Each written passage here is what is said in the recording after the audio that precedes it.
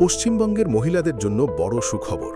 ১ম জুন থেকে রাজ্যে চালু হয়েছে মহিলাদের জন্য বিনামূল্যে বাস যাত্রা প্রকল্প। সরকারের দাবি, এই উদ্যোগে লক্ষ লক্ষ মহিলা প্রতিদিনের যাতায়াতে আর্থিক স্বস্তি পাবেন। শিক্ষা, চাকরি বা অন্যান্য প্রয়োজনীয় কাজে যাতায়াত হবে আরও সহজ। অনেক মহিলাই জানিয়েছেন, এতে প্রতি মাসে যাতায়াতের খরচে উল্লেখযোগ্য সাশ্রয় হবে। এই প্রকল্পে বাসে উঠলে টিকিট নিতে হবে ঠিকই, তবে সেটি হবে জিরো ভ্যালু টিকিট, অর্থাৎ কোনো ভাড়া দিতে হবে না। তবে এই সুবিধা শুধুমাত্র পশ্চিমবঙ্গের স্থায়ী মহিলা বাসিন্দাদের জন্য।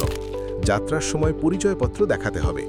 আধার card, voter ID, PAN card, passport, driving licence, school কলেজের আইডি কার্ড সহ মোট ১২ ধরনের নথির মধ্যে যে কোনো একটি থাকলেই হবে।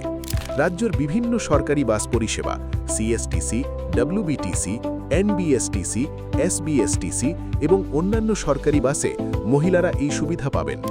উত্তরবঙ্গ থেকে দক্ষিণবঙ্গ, কলকাতা, শিলিগুড়ি, দীঘা কিংবা রাজ্যের অন্য যে কোনো গন্তব্যে এবার সরকারি বাসে ভ্রমণ হবে সম্পূর্ণ বিনামূল্যে।